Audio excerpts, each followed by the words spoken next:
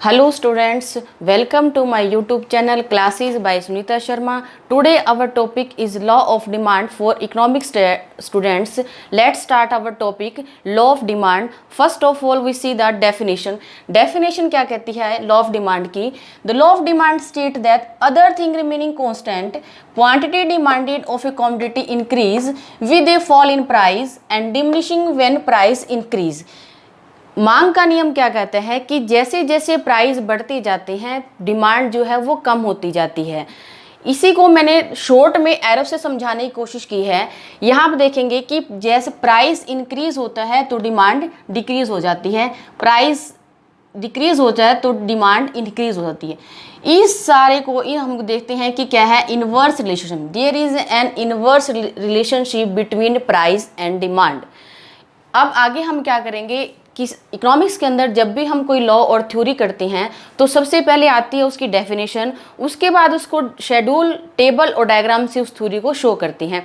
Now start with demand schedule. Demand schedule भी क्या कहते हैं कि प्राइस, यहाँ हमने प्राइस लिया है और यहाँ क्वांटिटी डिमांडेड ऑफ एक्स ली है। प्राइस 10 है तो डिमांड 100 है। प्राइस 10 to 9 हुआ तो क्वांटिटी डिमांडेड 100 to 150। 9 to 8 जब डिक्रीज होता है प्राइस तो quantity demanded 150 to 200। That's all show the inverse relationship between price and demand. अगर हम इसको देखते हैं तो जैसे जैसे प्राइस कम होता जा रहा है 10, 9, 8 वैसे वैसे जो डिमांड है वो हमारी बढ़ती जा रही है 100, 150, 200। इस सभी को हम क्या कहते हैं law of demand. Law of demand भी यही कहता है कि प्राइस के कम होने से डिमांड बढ़ती है। अब हम इस सारे को डायग्राम से शो करेंगे। डायग्राम क्या है, इसका टेबल से बनाने की जरूरत नहीं है, इसको हम रफ हैंड से बनाते हैं। फर्स्ट ऑफ ऑल वही O axis and O Y. O axis पे क्वांटिटी और ओ वाई पर प्राइस। यहाँ हम क्या देखते हैं कि फर्स्ट ऑफ ऑल प्राइस, जब हमारा प्राइस P2 है तो हमारी क्वांटिटी क्या है क्यू। डिमांड प्राइस P है तो हमारी क्वांटिटी डिमांड कितनी है क्यू। फिर हम क्या देखते हैं कि जैसे जैसे हमारा प्राइस P2 P1 हो जाता है, यानी कि हमारा जो प्राइस है वो इंक्रीज हो जाता है तो क्वांटिटी डिमांडेड हमारी डिक्रीज हो जाती है Q2 Q1।